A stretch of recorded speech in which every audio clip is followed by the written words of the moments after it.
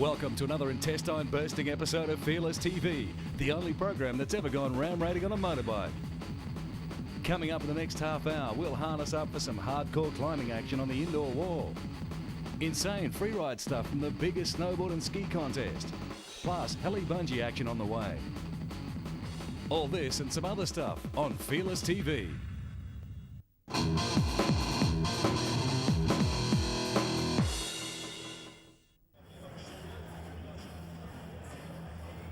The sport of climbing has received its share of media attention in the last decade, and while outdoor climbing has always been regarded as an extreme pursuit due to the unpredictable nature of the elements, indoor sport climbing has found a place among the purists, thanks to its inclusion in extreme sports game series around the world.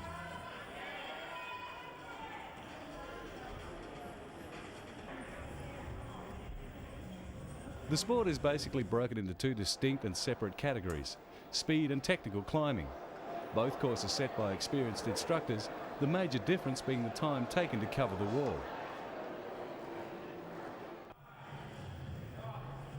The speed climb involves more power-orientated moves, such as dynamos and double dynamos, used by the climbers to launch from 1 foot or handhold across a space not normally within reach at a much faster pace than during a technical climb.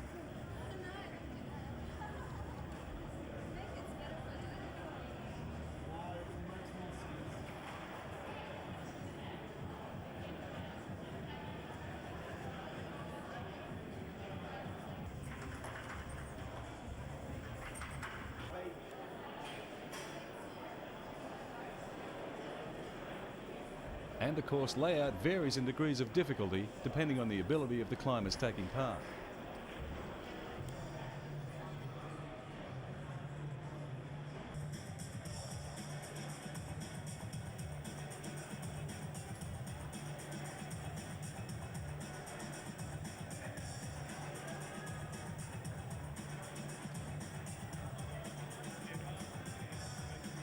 Quite often an inverted section features near the top of the course, testing the limits of the already tired climbers.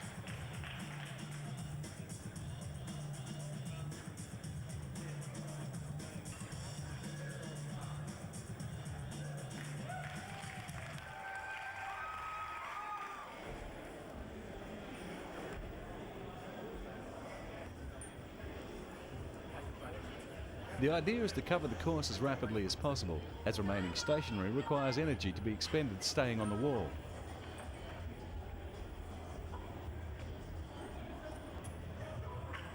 With gravity doing its best to drain climbers of energy, the principle is to combine smooth moves with sheer power and speed, and to spend as little time on the climbing surface as possible without jeopardizing safety. Speed climbing could be seen as a distillation of all skills involved into a sprint to the top.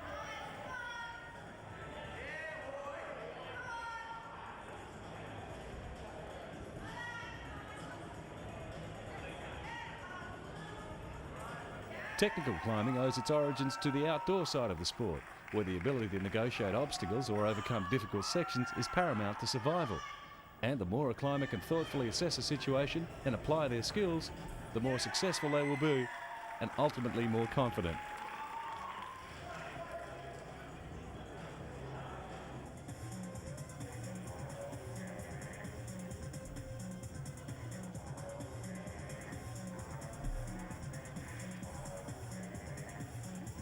The technical climb routes are set out with this in mind, testing the climber's ability and flexibility in a more controlled manner.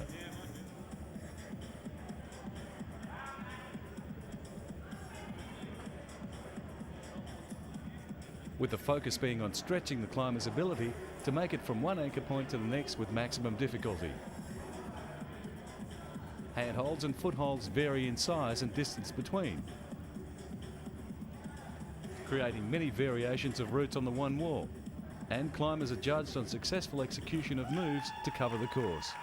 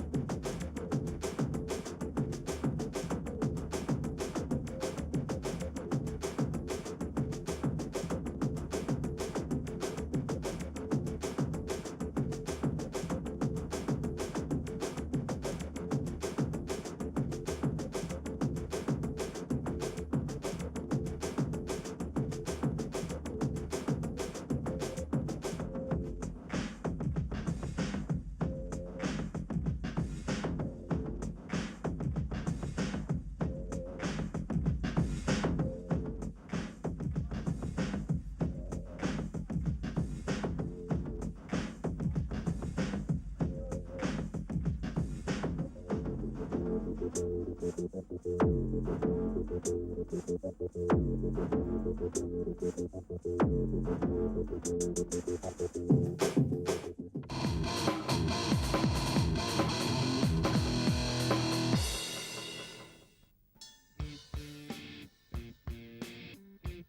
the term burnout applies or has applied in the past to motorsport-related events, we thought we'd stretch the meaning a little and show you it's just as easy to burn out under your own power, especially in the snow. The most spectacular action of any type of ski or snowboard contest usually takes place on the free ride day or section of the course, and the Heli Challenge is no exception.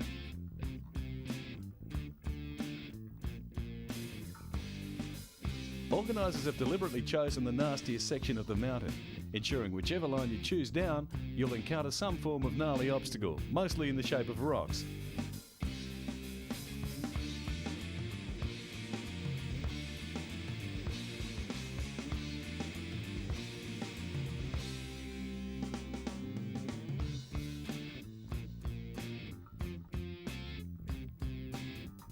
The idea behind the free ride day is to make it top to bottom in the most spectacular style.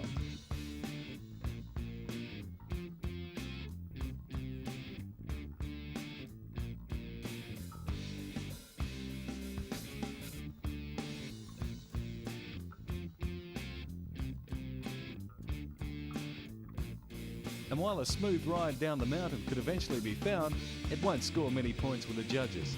They've come to see guts and courage.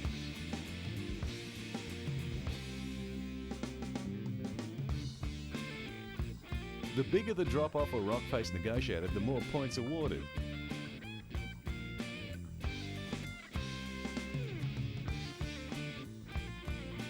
The main focus of the contestants is not to break anything and stay alive.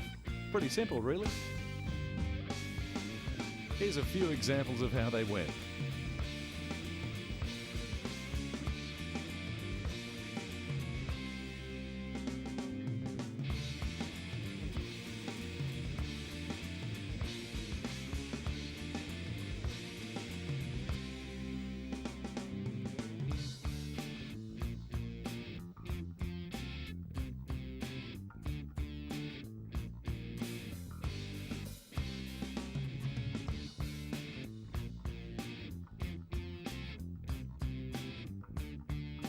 And a couple of examples of how not to do it.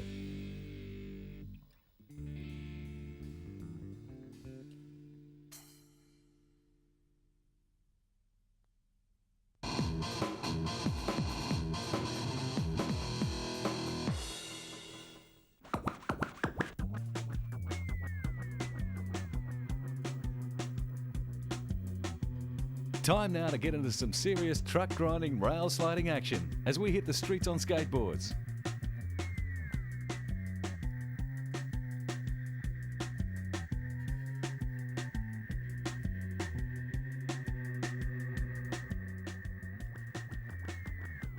After much practice time is put in at the officially sanctioned local skate park, it's time to test those skills in front of a much larger audience, the general public.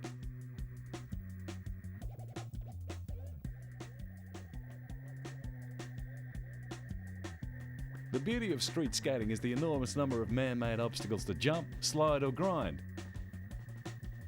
And flips work just as well on the pavement as in the bowl.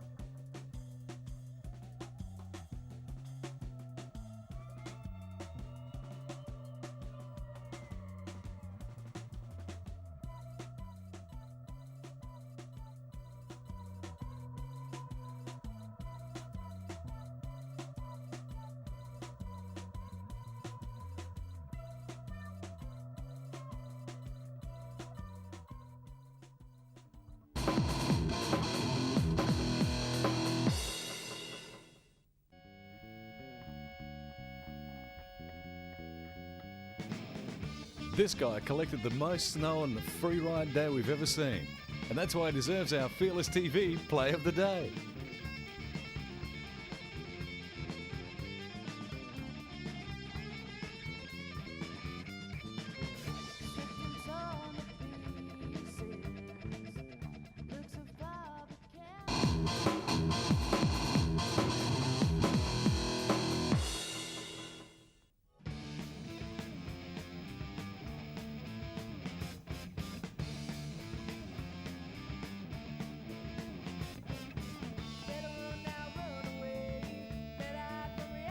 Time again to take a serious look at the ever-growing sport of bungee. And once again we've come up with a twist, as if there needed to be one, throwing yourself into thin air.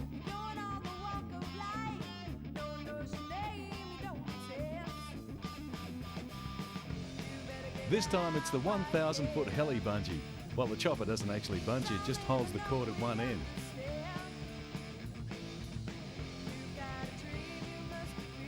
But it sounds pretty good. As you probably know by now, the bungee cord consists of latex strands interwoven and has a capability of stretching to 4 times its original length, which makes this one about 200 feet.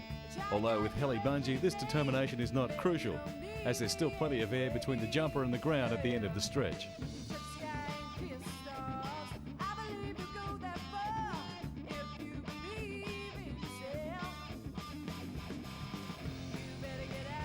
The biggest attraction is the added instability factor of the helicopter as a launching platform, and the bonus of being able to jump over virtually any scenery you desire within reason.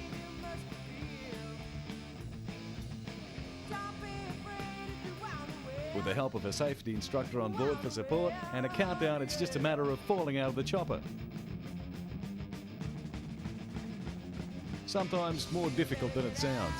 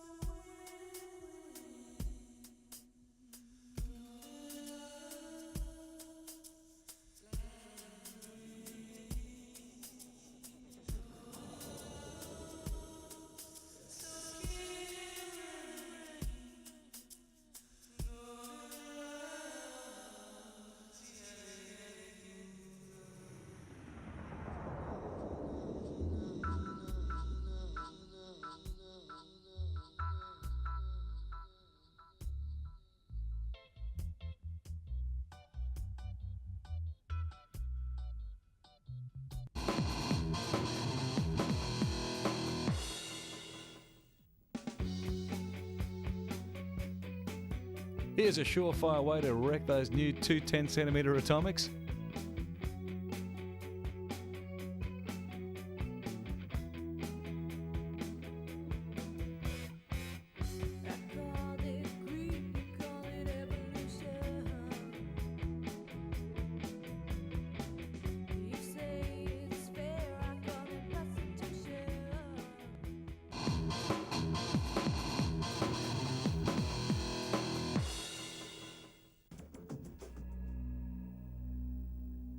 Time to get back into the water and amongst one of our favourite pastimes, surfing.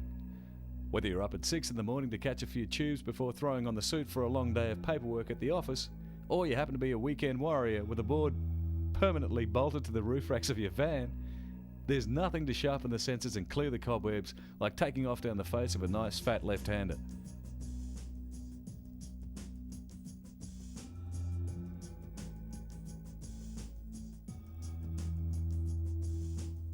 The development of board design towards shorter, wider, more manoeuvrable boards has seen a rapid progression of tricks and general skill level among the ocean dwellers.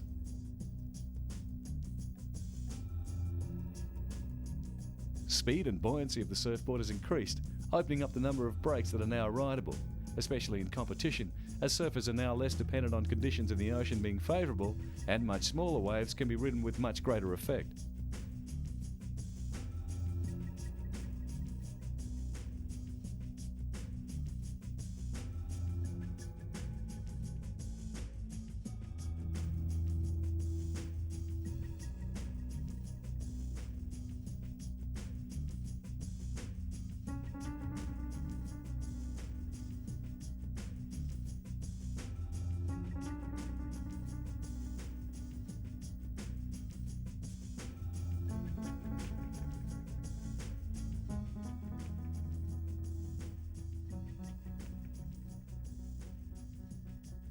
Snowboarding's popularity has also filtered through to the surfing community, generating a whole new batch of willing participants looking to become involved in the sport of the off-season that is similar in style.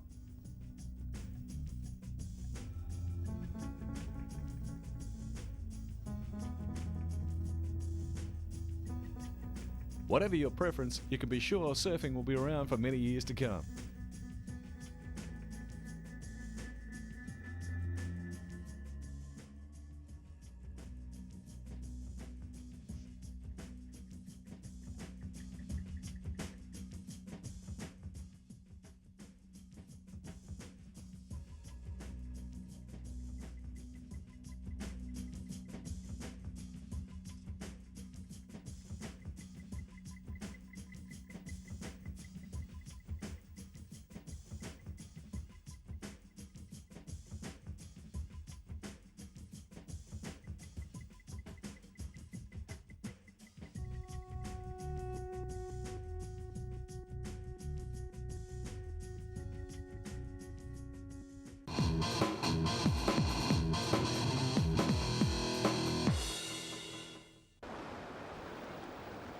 Time for another quick look at the rapidly growing sport of canoe rodeo on Fearless TV.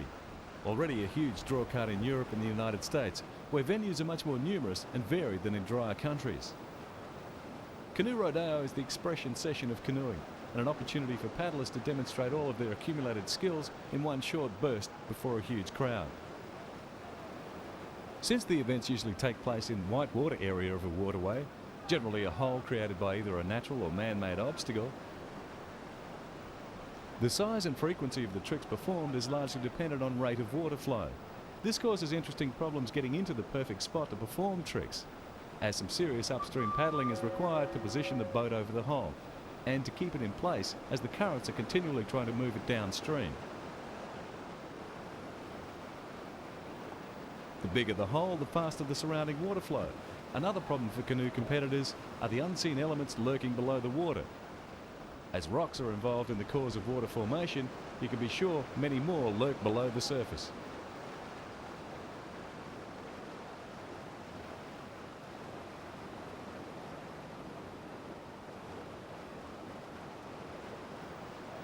We'll have more canoe rodeo on future episodes of Fearless TV.